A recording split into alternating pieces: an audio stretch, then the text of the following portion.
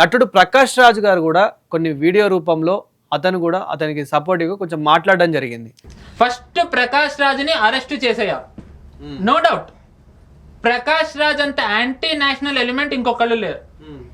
Prakash Raj is the walking talking cinematic example of Afzal Guru. అంటే ఏదైనా example చెప్పండి, ఎందుకని ప్రకాష్ రాజ్ ని అరెస్ట్ చేయాలనడానికి అసలు ఎగ్జాంపుల్? ప్రకాష్ రాజ్ ఏమి యాంటీ నేషనల్ మాట్లాడలేదా? ప్రకాష్ రాజ్ ఎప్పుడు కూడా ప్రకాష్ రాజ్ కి మోదీ అంటే కోపం, ఓకే ఫైన్. రాజకీయాల్లో అందరికీ ఆయన అంటే ఇష్టం ఉండాలని నేనేమనను, ప్రజాస్వామ్యం ఉంది కాబట్టి. మోదీ గారు ధ్వజారోహణ చేస్తున్నప్పుడు రామ్ మందిర్ లో ఇదే ప్రకాష్ రాజు భాగ్యనగర్ లో మేదీపట్నంలో ముస్లింలు పెట్టిన సభకి వెళ్ళి అది ఇక్కడున్న ముస్లింస్ జనసైడ్ కి దారి తీస్తుందని అన్నాడు. రామ్ మందిర్ లో ధ్వజారోహణ చేస్తే జనసైడ్ కి ఎంతమంది ముస్లింస్ దాని తర్వాత చంపేశారు? ముస్లిం జనసైడ్ ఎక్కడ జరిగింది మన దేశంలో? జనసైడ్ మీనింగ్ తెలుసా? జనసైడ్ జరిగిందని నువ్వు కాశ్మీరీ పండిట్ జనసైడ్ గురించి ఏనాడన్నా మాట్లాడావా?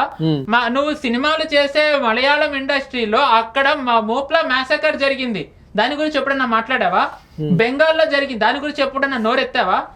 సరే పోనీ ఇవన్నీ వద్దు. ప్రకాష్ రాజ్ తమిళ్లో ఎక్కడికి పోయిన ట్వీట్లలో ఎప్పుడు గాజాలో దారుణం జరిగింది, my heart beats for Palestinian Muslims అది ముస్లిమ్స్ ఇది ఏవేవో మాట్లాడుతుంటాడు.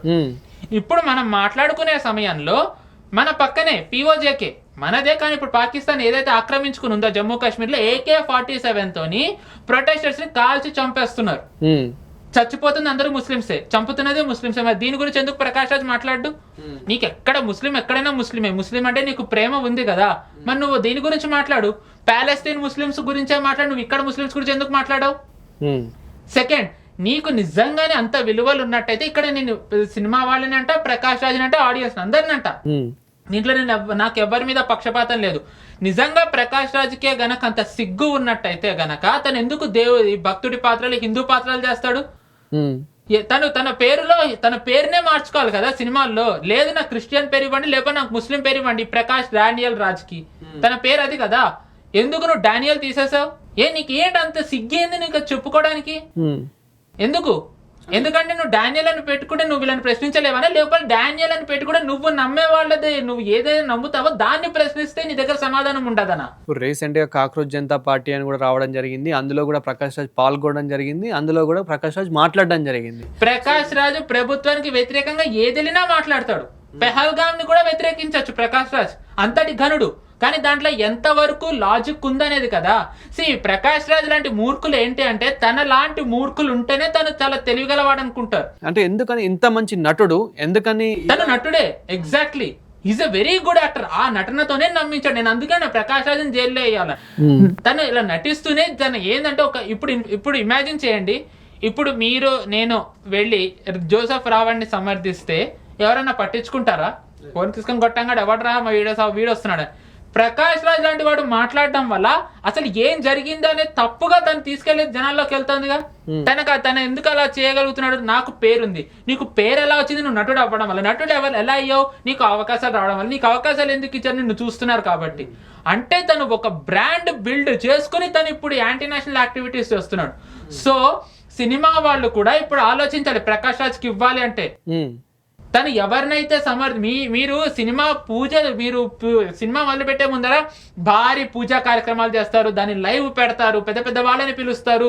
ఈ మధ్య సినిమాలో రాముడి గురించి కృష్ణుడి గురించి ఈ మొమెంటం హిందుత్వ ఉందని మీరు వేస్తారు. కానీ మీరు సినిమాల్లో ప్రకాష్ రాజ్ లాంటి వాళ్ళని తీసుకుంటే ఇంకా ఏం లాభం? మీకు అది వ్యాపారం తప్ప మీకు భక్తి లేదు, దేశం మీద ప్రేమ లేదు. ఎట్ ది సేమ్ టైం ఇప్పుడు సినిమా ప్రేక్షకులు కూడా ఆలోచించాలి. ప్రకాష్ రాజ్ గారు లాంటి వాళ్ళని గనక మీరు ఉండి సినిమా చూసినట్టయితే నిర్మాతలు కూడా ఏమీ ఓకే చూస్తున్నారు, ఆడియన్స్ మనకేం మనం అలాగే తీసుకుంటూ పోదాం అనుకుంటారు. ఎప్పుడైతే ప్రకాష్ రాజ్ ఉన్నాడని తెలియగానే మేము ఈ సినిమాని చూడము అనే ఒక సందేశం ఇస్తారో అతనికి అవకాశాలు తగ్గుతాయి. అవకాశాలు తగ్గిన తర్వాత తనకి ఈ లెఫ్ట్ వింగ్ వాళ్ళ సినిమాల్లో అవకాశాలు ఇస్తారేమో చూడండి.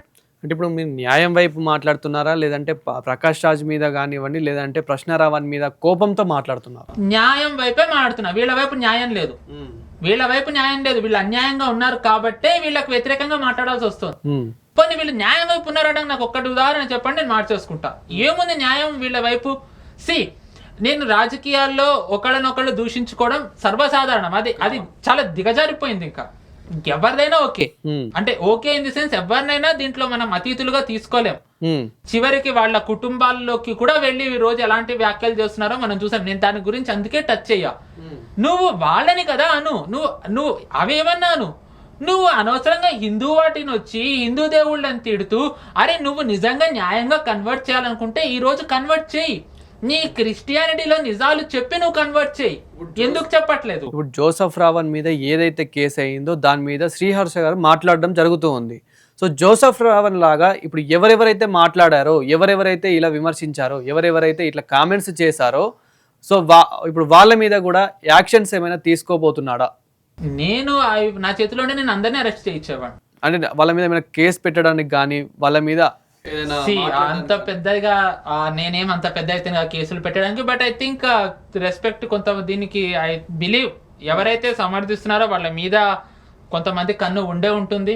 అండ్ ఐ థింక్ ఇప్పుడు జోసెఫ్ రావణ్ అనేవాడి మీద యూఏపీఏ పెట్టారు అంటే ఇక్కడ ఎవరు ఎలాంటి వ్యాఖ్యలు చేస్తున్నారు అనేది కేంద్రం కూడా ఒక కన్నేసి ఉంచింది. సో సమయం వచ్చినప్పుడు ఎవరి మీద ఎలాంటి చర్యలు తీసుకోవాలో అలాగే తీసుకుంటుంది.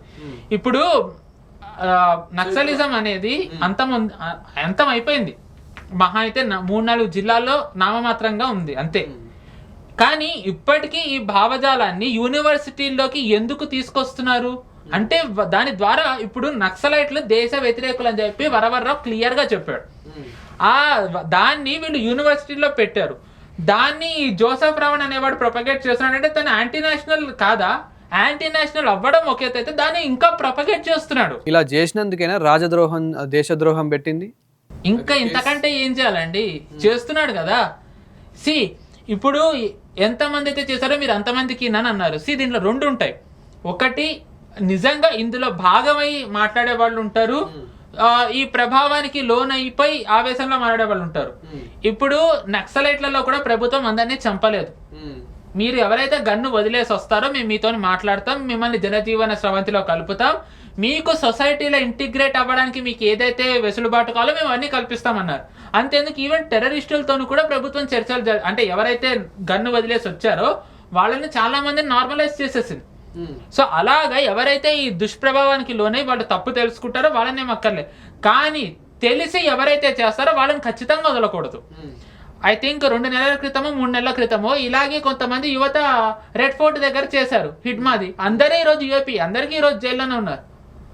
వాళ్ళని కూడా ఇలా అరెస్ట్ చేసినప్పుడు అక్కడ ఉన్న సో కాల్డ్ ఇంటలెక్చువల్స్ ఈ ప్రకాష్ రాజ్ లాంటి ప్రబుద్ధులు మాట్లాడారు. యూఏపీఏ వేయంగానే అందరూ కామయ్యారు, ఎందుకంటే సమర్థిస్తే వాళ్ళకు కూడా వస్తుంది కాబట్టి. ప్రకాష్ రాజ్ ఐ థింక్ ఇంకా లాలు ఇవి తెలుస్తున్నట్లు లేవు. తెలిస్తే గనక తను కూడా ఇంకా మూసేసుకుని అన్ని కూడా తను కూడా ఎంత ఇంటలెక్చువల్ గా తన మనంతరం సినిమాలే చేసుకుంటాడు. బట్ ఐ రియల్లీ బిలీవ్ తనకి ఈ సినిమా ఆఫర్స్ కూడా ఇవ్వడం మానేయాలి.